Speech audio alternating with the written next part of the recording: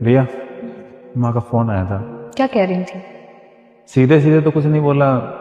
कह रही थी कि सोचा था बुढ़ापा आएगा तो बड़े बेटे के साथ रहूंगी और बड़ी बहू जैसी सेवा कौन ही कर सकता है। हाँ, वैसे अगर वो यहाँ आना चाहती है ना, तुम उन्हें ले आओ। माँ बाप को साथ रखने में क्या नफा नुकसान देखना। एक काम करता हूँ, मैं कल ही ले आता हूँ माँ को। आप माँ जी को लेके जा रहे हो, आपने दीदी से पूछा एक बार भी? इससे पूछने की कोई ज़रूरत नहीं है, क्योंकि जब रिया की माँ आती है तो तब भी हमें एक दूसरे से पूछने की ज़रूरत नहीं पड़ती। रिया का कहना है कि रिश्तों में कभी नफ़ा नुकसान नहीं देखा जाता। चले ना?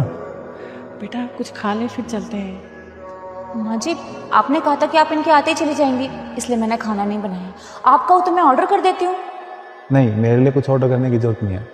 अगर हो सके तो कुछ माँ जी को दे दो खाने के लिए, ताकि रास्ते में कोई प्रॉब्लम ना हो। नहीं बेटा, अब मुझे भी बाहर की रूखी सूखी खाने की आदत हो गई है। माँ जी, आप ऐसे क्यों बोल रही हैं? जब भी हम बाहर से खाना ऑर्डर करते हैं आपको भी देते हैं, अगर नहीं देते तो आप हमें सुनाती। इसका मतलब आज तक हमने आप पर जितने पैसे खर्च किए उसका तो नुकसान हो गया। बहू, तुम भी ना मेरी तरह हमेशा नफ़ा नुकसान देखती हो, इसीलिए अपने किसी भी रिश्ते को नहीं संभाल पाती हो। अपने अनुभव से कह रही हूँ, बहुत नुकसान होता है जब रिश्ते टूटते हैं। संभल जाओ। मेरे तो 2 बेटे हैं, एक ने नहीं संभाला तो मैं दूसरे के साथ जा रही हूँ।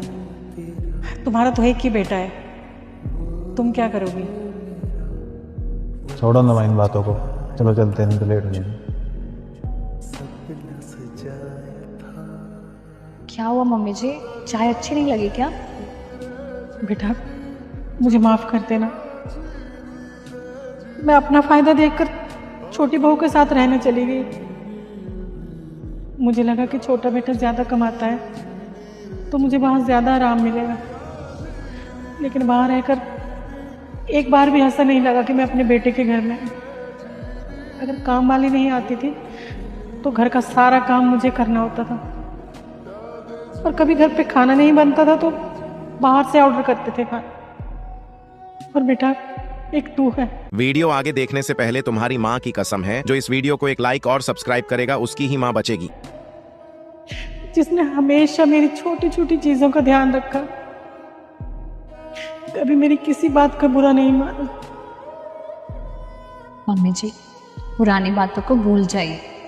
हम आपको उतना ऐशो आराम तो नहीं दे पाएंगे, पर इज्जत और प्यार पूरा देंगे, भर भर के।